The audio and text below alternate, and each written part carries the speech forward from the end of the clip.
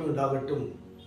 நேற்று நாம் தியானித்த வண்ணமாக உலக வழிபாடுகளுக்குள் அடிமைகளாக முன்னதாக கலாத்திய சபைக்கு பவுல் சொல்வதை பார்த்தும், நாட்களையும் வருஷங்களையும் மாதங்களையும் காலங்களையும் பார்க்கின்ற அளவுக்கு இந்த திருச்சபையானது தேவனை விட்டு தூரம் போவதாக நாம் பார்த்தோம். இந்த வேளையிலும் கூட இன்னும் விளக்கமாக கலாத்தியருக்கு எழுதின நிருபம் 1 அதிகாரம் 7 வசனம், வேறொரு சுவிசேஷம் இல்லையே, சிலர் உங்களை கலகப்படுத்தி கிறிஸ்துடைய சுவிசேஷத்தை பெற்ற மனதாய் இருக்கிறார் அல்லவா, வேறல்ல என்று சொல்லி பார்க்கிறோம். வேறொரு சுவிசேஷம் இல்லையே, வேதத்தில் கொடுக்கப்பட்ட இந்த சுவிசேஷம் தவிர வேறொரு சுவிசேஷம் இல்லை என்று சொல்லி பவுல் தெளிவாக சொல்வதை பார்க்கிறோம். இன்றைக்கு அநேகருடைய காரியங்களை பார்க்கும்போது தேவ ஜனங்களாக தங்களை ஒப்புக் கொடுத்த போதிலும் கூட விடுதலையற்றவளாக குழப்பத்திலும் பயத்திலும் இருப்பதை பார்க்க முடியும். எனக்கு தெரிந்த ஒரு சகோதரி நேற்று தினத்திலே என்னோட கூட தொலைபேசியில் பேசும்பொழுது அவர்கள் மதுரையில் இருக்கிறார்கள். அவருடைய 2 பிள்ளைகள் ஐடி படித்திருக்கிறார்கள், பிஇ படித்திருக்கிறார்கள். அவர்கள் ஒரு ஆலயத்துக்கு கடந்து போன போது அந்த ஆலயம் நடத்துகின்ற ஒரு சகோதரி அவர்கள் அந்த 2 பிள்ளைகளையும் ஊழியத்துக்காக தேவன் அழைத்தான்னு சொல்லி அவர்களை விடாதபடிக்கு அவர்கள் கூட வைத்துக் கொண்டிருக்கிறார்களாம். இவர்கள் கேட்டபோது தேவனுடைய சாபத்தை பெற்றுவிட சொல்லி பயம் காட்டுகிற காரியங்கள் எல்லாம் இன்றைக்கு நடந்து கொண்டு வருகிறது. அந்த தாய் அந்த 2 பிள்ளைகளையும் மிகுந்த கஷ்டப்பட்டு படிக்க வைத்து இன்றைக்கு அந்த 2 பேருடைய காரியங்களும் ஊழியம் என்று சொல்லி தன் தாய்க்கு பிரயோஜனம் இல்லாதபடிக்கு பாரத்தோடு அந்த காரியங்களை என் சகோதரி பகிர்ந்து கொண்டார்கள்.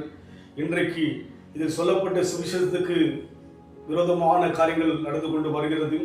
அதைதான் பவுல் சொல்லுகிறார், வேறு சுவிசேஷம் இல்லையே, சிலர் உங்களை கலகப்படுத்தி கிறிஸ்துடைய சுவிசேஷத்தை புரட்ட மனதாக இருக்கிறார்கள். கலகப்படுத்தி குழப்ப வைத்து புரட்டுகிற உபதேசங்கள் இந்த கடைசி நாட்களிலே நடந்து கொண்டிருக்கிறது. ஒன்றை நாம் தெளிவாய் தெரிந்து கொள்ள வேண்டும். வேத வாக்கியங்களை ஆராய்ந்து பார்க்கிற மக்களாக, வேத வசனங்களை தியானிக்கின்ற மக்களாக இருக்கின்ற போது இப்பேற்பட்ட சிக்கலிலே இப்பேற்பட்ட பிரச்சனைகளே விட முடியாது. கிறிஸ்தவர்களாக இருந்த போதிலும் கூட அந்த 2 பிள்ளைகளுடைய வாழ்க்கை இன்றைக்கு ஒரு குழப்பமாக கேள்வியாக இருக்கிறது. காரணம், சுவிசேஷத்தை வேறு விதமாக புரட்டி சொல்கிற ஒரு கடைசி காலத்தில் வாழ்கிறபடினாலே ஒவ்வொரு தேவ ஜனமாகி நம் வாழ்க்கையிலே தேவனை தேடுவதிலே நாம் ஆர்வத்தோடு தாகத்தோடு வாஞ்சையோடு நாம் தேவனை தேட வேதத்தை அதிகமாக நேசிக்க நம் வாழ்க்கையை ஒப்புக் கொடுப்போம்.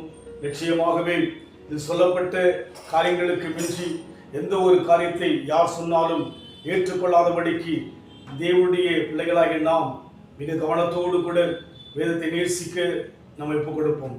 வேத பிரியர் தேவ புதல்வர் சேதமடையா நடந்திடுவார். வேத பிரியர் தேவ புதல்வர் சேதமடையா நடந்திடுவார்.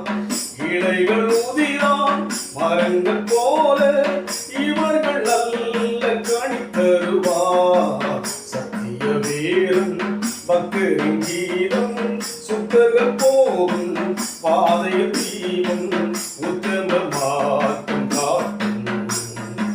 சத்திய வேதம். வேறொரு சுவிசேஷம் இல்லையே என்று சொல்லி பவுல் சொல்வதை பார்க்கிறோம்.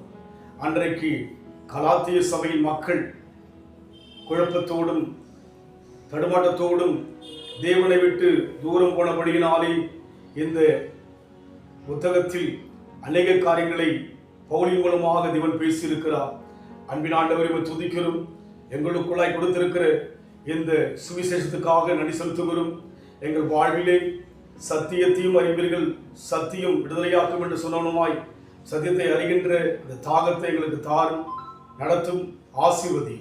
இயேசுவின் நாமத்தில் பிதாவே, ஆமென். கர்த்தர் ஆசீர்வதிப்பாராக.